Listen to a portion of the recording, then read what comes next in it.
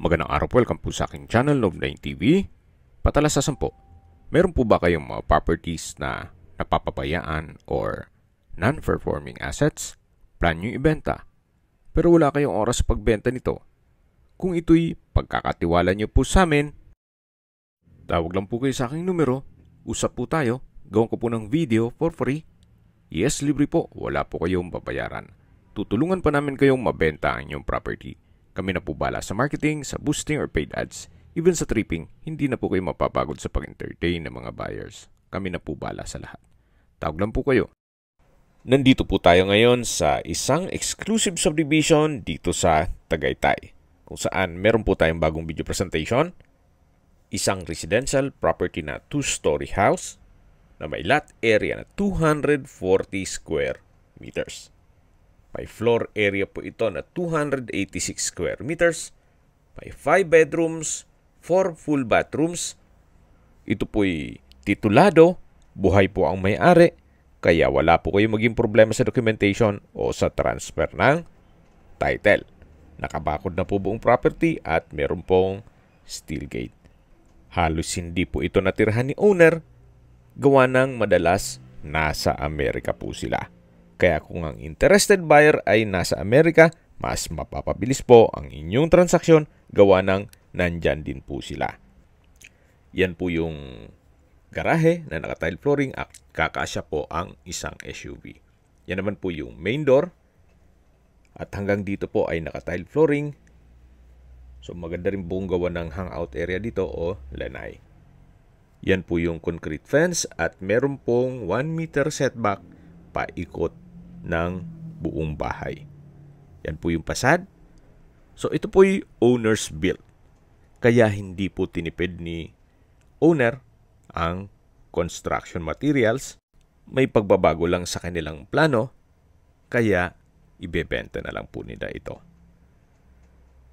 So yan po yung pedestrian gate kung saan tayo dumaan kanina. At nandito na po tayo sa main door na naka-customize slatted wooden door. At welcome po dito sa bahay ni Ma'am at Sir kung saan ito po fully furnished at nandito na po tayo sa living area o salas.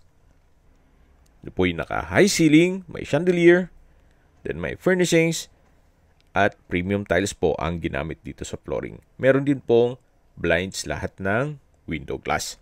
Lipat po tayo dito sa may dining area na meron pong dining set, then chandelier. Sa dulo po ay may sliding glass window with blinds, then meron pong access door. At mula po dito, matatanaw naman natin yung main door. So kung sakali pong galing dun sa garahe, pwede pong dumaan dito sa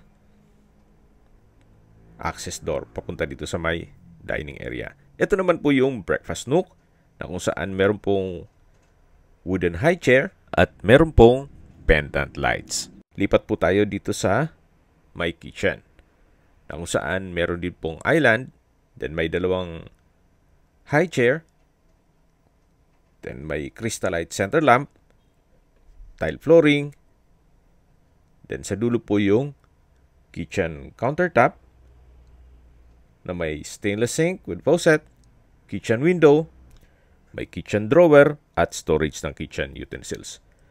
Meron din pong wall-mounted modular kitchen cabinet. Then meron din pong refrigerator. So yan po ulit yung island.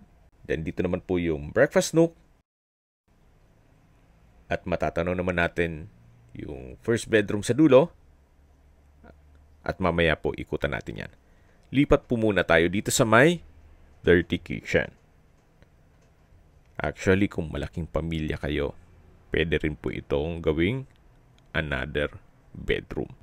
Napakalaki na po ng spasyo nito. Then sa dulo ay may stock room. Dito naman po yung kitchen countertop. May modular kitchen cabinet, stainless sink with faucet, at malaking kitchen window na may blinds. Meron din pong kitchen drawer. Ito naman po yung access door na may aluminum screen door na papunta naman dito sa setback. Actually, sa laki naman ng spasyo dito, pwede naman pong lagyan ng service area o laundry area or dirty kitchen. Kung gagawin nyo tong another bedroom. Then ito naman po yung tinutukoy ko na stock room na pwede rin pong i-convert sa toilet and bath. Yan man po'y opinion ko lang naman. Kung hindi naman kalakihan ng pamilya nyo, so pwede rin pong as is na tong dirty kitchen. Okay, balik ulit tayo dito sa may kitchen. Then matatanaw natin yung dining area at main door. At dito naman po yung common toilet and bath. May hand wash basin, vanity mirror, tile bathroom wall, water closet with bidet. Then meron pong hot shower set, overhead shower at bathroom window. Dito naman po yung another room na kung saan may mga kagamitan. Kapag tripping, check po natin yan. Pwede pong gawing maid's room. At kung meron man po kayong BWD or senior citizen sa pamilya, itong kwarto na to ang para sa kanila. Pero kung gusto naman nila na mas malaking kwarto sa taas, hindi na po issue yung hagdan ngayon. Gawa ng meron na pong home elevator. Na kung saan mga nasa 300 to 500,000 po ang presyo. Depende sa design. Tawag lang po kayo sa akin at discuss ko sa inyo. Okay, dito na po tayo sa may hagdan. Matatanaw yung living area. Ito pong hagdan ay naka wooden staircase, stainless handrail at railing. Then meron pong staircase window na nag-serves as natural sunlight. Mapapansin niyo po kahit po dito sa staircase wall ay pulidong-pulido po ang pagkapalitada. Samahan niyo po ako, akyat po tayo. At nandito na po tayo sa second floor. Ito po yung family area. Meron pong ceiling fan, high ceiling din po. Naka-tile flooring, malaki ang espasyo, may furnishings. At mula po dito sa family area, ito naman po yung master bedroom. Napakalaki po ng espasyo, may mga sliding glass window, may split type aircon, may bed frame and mattress, may couch, then crystalite center lamp. Premium tiles din ang ginamit dito sa flooring. At dito naman po yung access door papunta sa terrace. Pero bago tayo pumasok dyan, ito na po muna yung walk-in closet na kung saan from floor to ceiling po yan. Then dito naman po yung toilet and bath. Meron pong bathroom countertop, hand wash basin, vanity mirror, tile bathroom wall, may water closet with bidet, overhead shower, hot shower set, at bathroom window. At ito po ulit yung walk-in closet. At dito po yung tinutukoy ko na access door na papunta naman dito sa balkonahe na may rattan set, naka-tile flooring, at napakalaki po ng espasyo naman ito. So balik po ulit tayo dito sa kwarto na kung saan napakalaki po ng espasyo nito. So ito po yung master bedroom. At lalabas na po tayo, matatanaw natin yung dalawang kwarto. Ito po ulit yung family room at ito po yung second bedroom dito sa taas na kung saan malaki din ang espasyo. Meron pong split type aircon, may glass windows with blinds, tile flooring, wardrobe, bed frame and mattress, at crystalite center lamp. Then meron din po itong sariling toilet and bath na kompleto din po. Kaya nitong hand wash basin, vanity mirror, stainless towel holder, water closet with bidet, tile bathroom wall, overhead shower with hot shower set, at bathroom window. Labas po tayo. Yan po ulit yung family area. Then sa dulo yung master bedroom. Yan po yung hagdan.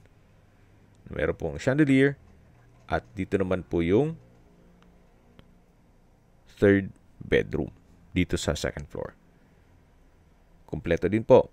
May bed frame and mattress. Split type aircon. Sliding glass windows with blinds. May rocking chair. Pulido ang pagkapintura ng ceiling at wall. May wardrobe. At may sariling toilet and bath. Meron pong hand wash basin, vanity mirror, water closet with bidet, tile bathroom wall, hot shower set, overhead shower, at bathroom window. So, labas po ulit tayo.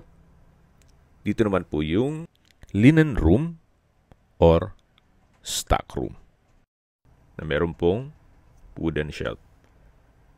So, yan po ulit yung family room. Tunghayin nyo po ulit.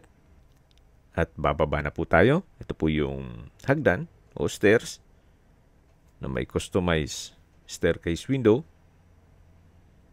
Malaking bagay po yan, yung natural sunlight. Hindi na kayo gagastos ng kuryente. At mula po dito sa hagdan, yan po yung living area, yung main door, at dito na po yung dining area na meron pong 4-seater dining set. So, wala na rin po kayong bibilhing mga furnishings. Gawa ng kompleto na rin po yan. Then yan po yung breakfast nook na may wooden high chair. At gaya po ng nasabi ko sa inyo, ito po'y hindi naman gaanong natirhan ni owner. Gawa ng madalas nasa Amerika po sila. Kaya po napakalinis nitong property. Gawa ng meron po silang maintenance dito. So, labas po ulit tayo dito sa main door. At ikutan natin tong setback. At habang naglilibot po tayo, pag-usapan natin ang distance, location, at travel time. Mula po sa Mendez Crossing, ang distance is 800 meters at ang travel time is 3 minutes. Yan po pala yung access door mula dun sa Dirty Kitchen. At mula naman po sa Twin Lakes, ang distance is 8 kilometers at ang travel time is 15 minutes. Mula naman po sa Sky Ranch, ang distance is 3.5 kilometers at ang travel time is 16 minutes. Meron pong overhead water tank, just in case na may water shortage. Backup lang po yan pero maayos naman ang water supply dito.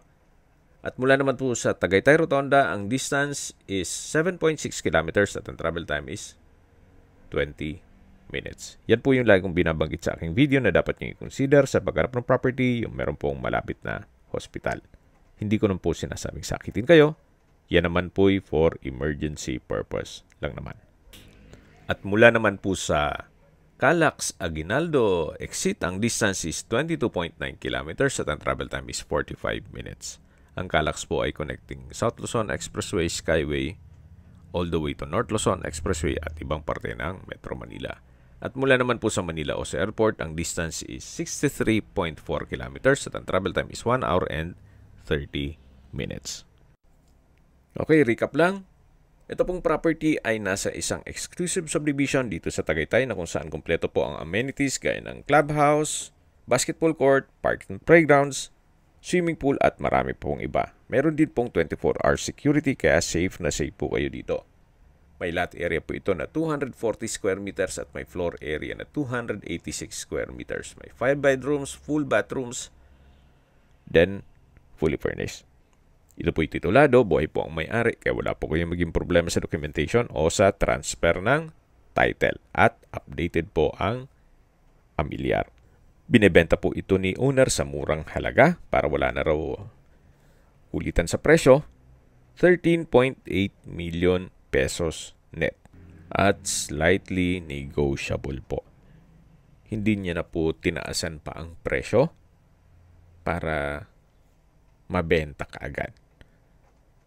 at may pagbabago na sa kanilang plano, kaya i-let go na lang itong dream house nila.